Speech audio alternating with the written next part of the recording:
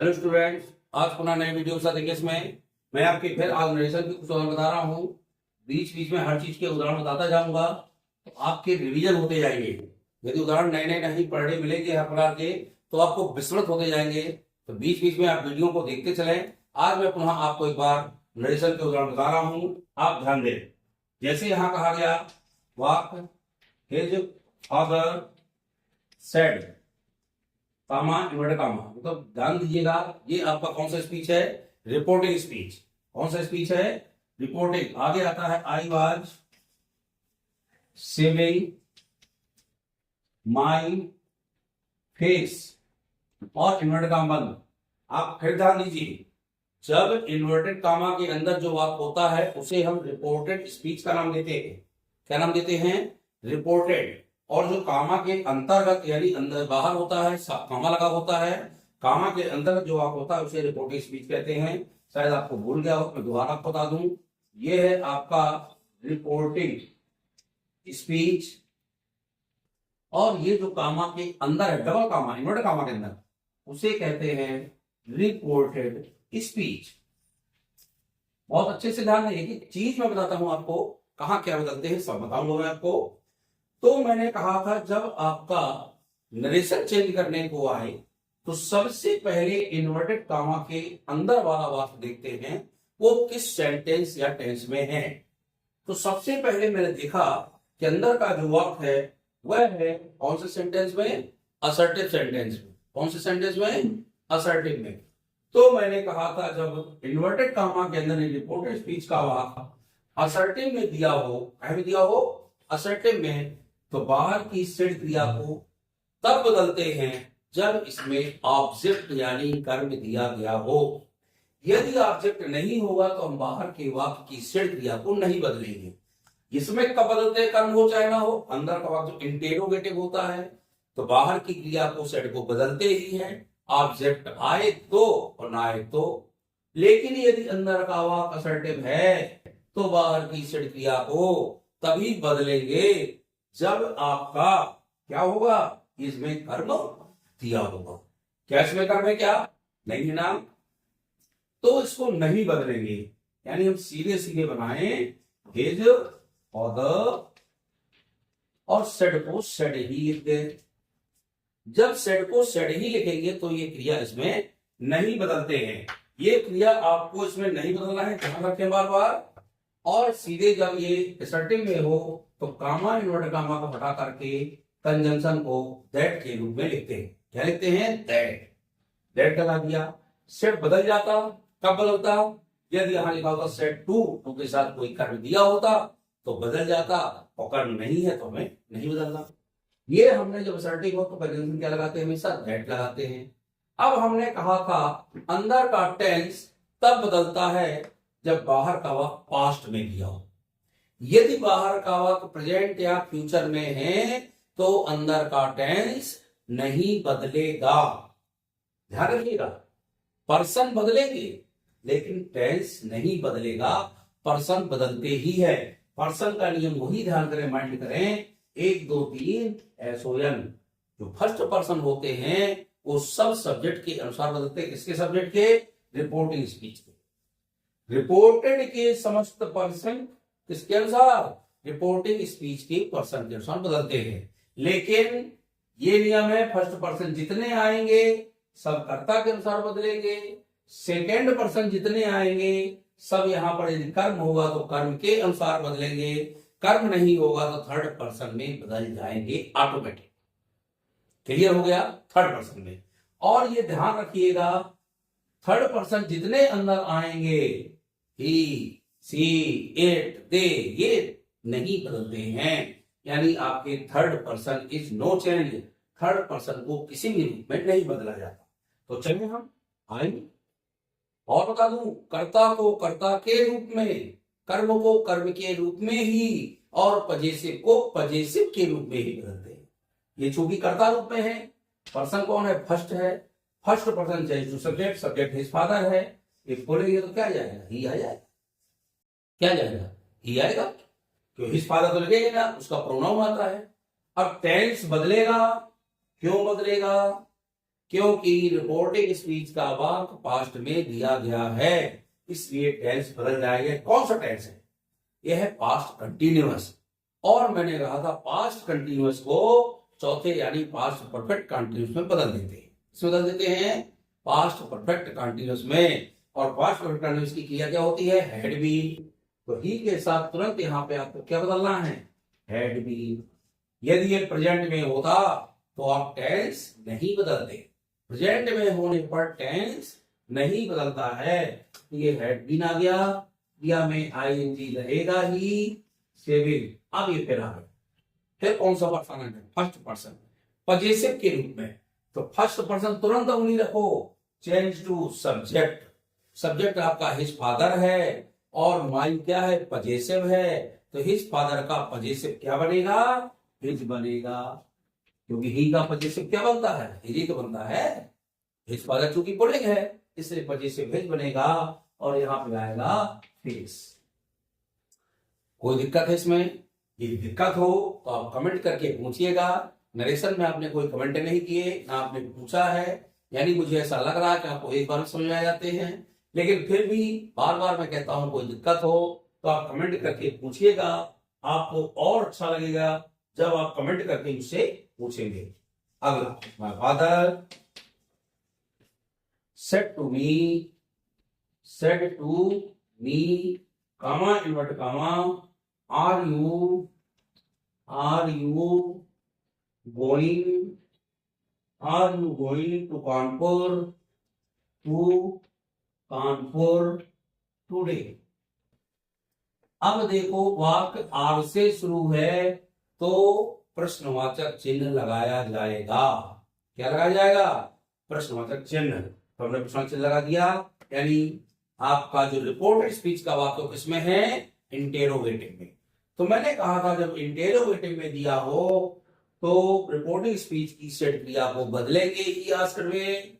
यदि सिंगल होगा, ये सिंगल है तो आस्क्ड या इंक्वायर्ड में बदलेंगे। यदि ये डबल होता, प्रश्नवाचक शब्द होता, वही प्रश्नवाचक शब्द कंजंक्शन का कार्य करता जो उसमें दिया गया है।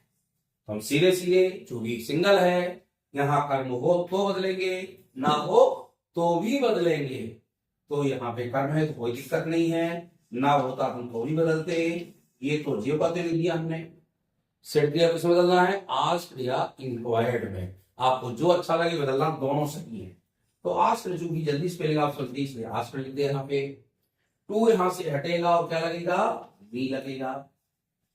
वो तो हटता ही है, प्रोविजन बताया था बार बार आपको। जब ये कामा इनवर्टेड कामा हटेंगे तो यहाँ कंजंक्शन लगता है इफ या वेदर। इफ लगा दो तो आपका सही है, वेदर लगा देना तो भी 100% सही है। अब अंदर का वाक्य असर्टिव बन जाता है, ये इंट्रोगेटिव बने रह जाता क्योंकि हमने इफ लगा दिया। अब ये असर्टिव बनाना है। असर्टिव बनाएंगे तो सबसे पहले कर्ता आएगा।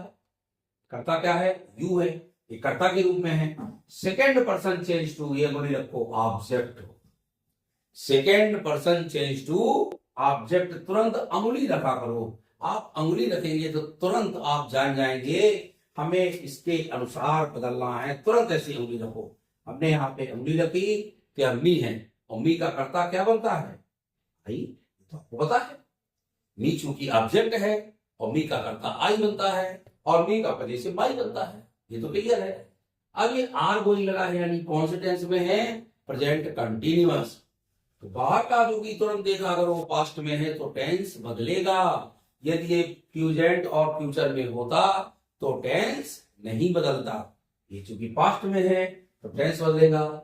मैंने टेंस के नियम बताए थे, प्रेजेंट के चारों भेद पास्ट के चारों भेदों में क्रम से बदल जाते हैं। क्रम से बदलेंगे, यानी ये पास्ट प्रेजेंट कंटिन्यूअस है, प्रेजेंट कंटिन्यूअस कहां चला जाएगा? पास्ट कंटिन्यूअस में। प्रेजेंट सिंपल पास्ट सिंपल में, प्रेजेंट परफेक्ट पास्ट परफेक्ट में, present perfect past perfect continuous में। और पास्ट के जो पहला दूसरा है वो तीसरे और चौथे में बदल जाते हैं। इसी क्रम में फ्यूचर के जो है वो बिल क्रिया को वुड में और सेल क्रिया को शुड में बदलते हैं। तो इसको हम बदलेंगे पास्ट में, तो आई के साथ क्या लगता है? वाज।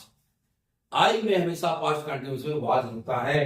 तो गोइंग टू जो का कर दो और गोइंग के बाद टू कान तो उसमें कोई चेंज नहीं होगा, ये जो बातें आएगा, लेकिन ये आ गया साफ।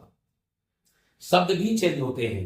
बहुत सारे शब्दों ने बार बताया था, और टुडे को किसमें बदलते हैं, दैट डे में, यानी पास वाले शब्दों को दूर वाले शब्दों में बदल, कमिंग टू गो कमा टू गो में बदल देते, नाउ आता तो देन में बदल देते, जस्ट आता तो देन में बदल देते, और आपका स्टडी आता तो प्रीवियस डे में बदल देते, टुमारो आते तो नेक्स्ट डे में बदल देते। इस तरह बहुत सारे शब्द हैं जो आपके चेंज हो जाते हैं इनडायरेक्ट नरेशन बनाते समय, और अंत में लगाएंगे फुल स्टॉप, प्रश्नवाचक चिन्ह नहीं लगाएंगे, क्योंकि वाक्य को हमने असर्टिव बना दिया है। ये ध्यान रखिएगा, ये वाक्य आपको क्लियर हुआ होगा। एक वाक्य और बता रहा हूं आपको, Ram said to me, Ram said to me, comma inverted comma, do you know me, do you know me. ये छोटे छोटे बता रहा हूं आपको, ताकि आप बहुत अच्छे से सीख जाए नरेशन। एक बार सीख जाएंगे तो जिंदगी में कभी नरेशन आपको नहीं भूलेंगे, ये मेरा वादा है। आपने स्टडी क्रिया देखा, सबसे पहले अंदर को आप क्या देखेंगे, ये आपका इंट्रोगेटिव में है। अब कौन से इंट्रोगेटिव में है, सिंगल में है। सिंगल के लिए चाहे सिंगल हो चाहे डबल हो, इसको तो वही चेंज करते हैं जो सब में करते हैं। चाहे कर्म हो तो बदलेंगे, कर्म ना हो तो बदलेंगे। तो राम के बाद सीधे हम क्या लगा देंगे, आस्क, टू हट जाएगा मी। इसमें तो बहुत बार बच्चों को दिक्कत नहीं होती, यहां तक कोई दिक्कत नहीं आती, तुरंत झपट से बदलते हैं बच्चे। लेकिन आगे थोड़ा सा समस्या आ जाती है, कामा इन्वर्ट कामा हटेगा, चूंकि सिंगल इंट्रोगेटिव है तो कंजंक्शन भी हम इफ लगाते हैं। मान लो ये डबल इंट्रोगेटिव होता तो हम उसी प्रश्नवाचक शब्द को कंजंक्शन के रूप में ले लेते, चाहे वो व्हाट होता, चाहे वाई होता, चाहे वेयर होता, चाहे हाउ मेनी होता, एनी हाउ कुछ भी होता, हम उसी को ले लेते। अब ये यू फिर आ गया, किस रूप में है, कर्ता के रूप में। Second person change to object, ये देखिए ऑब्जेक्ट फिर से हम नहीं रखिए, ऑब्जेक्ट है मी, लेकिन ये आपका कर्ता के रूप में ही, तो मी का क्या बनेगा, कर्ता बनेगा। चूंकि असर्टिव बनाना है इसलिए मैं कर्ता को पहले लेना पड़ेगा। इंट्रोगेटिव को असर्टिव रूप में बदल देते हैं, तो आई आ जाएगा। अब थोड़ा सा फिर चले, बाहर का पास्ट में है तो अंदर का टेंस बदलेगा नहीं बदलेगा, बदलेगा। प्रेजेंट सिंपल है, कहां जाएगा, पास्ट सिंपल में, और पास्ट सिंपल में क्या होता है, क्रिया का सेकंड फॉर्म। सेकंड फॉर्म लेंगे तो नो का क्या बनता है, न्यू। अब चूंकि असर्टिव पास्ट सिंपल बनाना है, असर्टिव बनाना है तो पास्ट सिंपल में क्रिया का सेकंड फॉर्म ही का है। ये क्या है, मी, किस रूप में है, ऑब्जेक्ट के रूप में। कौन सा पर्सन है, first person, change to subject. इसमें यहां पे आएंगे, चूंकि जितने फर्स्ट पर्सन हैं सब कर्ता के अनुसार बदलते हैं रिपोर्टिंग स्पीच के, तो कर्ता चूंकि राम है और राम का पजेसिव क्या बनेगा, प्रोनाउन के रूप में हिम बनेगा। क्या बनेगा, हिम, क्योंकि राम माने पुल्लिंग, पुल्लिंग का कर्ता ही, पजेसिव आपका हिज, और ऑब्जेक्ट आपका हिम, तो क्या बनेगा, आई न्यू हिम। इस तरह से आपको ये नरेशन बनाना है। इन नरेशनों को सीखिए। और तो एक उदाहरण मैं आपको और बता दूं, एक उदाहरण और देख लो, ताकि आपको समस्याएं ज्यादा ना आए। हमने यहां लिखा, गोपाल सेड, कामा इन्वर्टेड कामा लगाते हैं, did the train, did the train,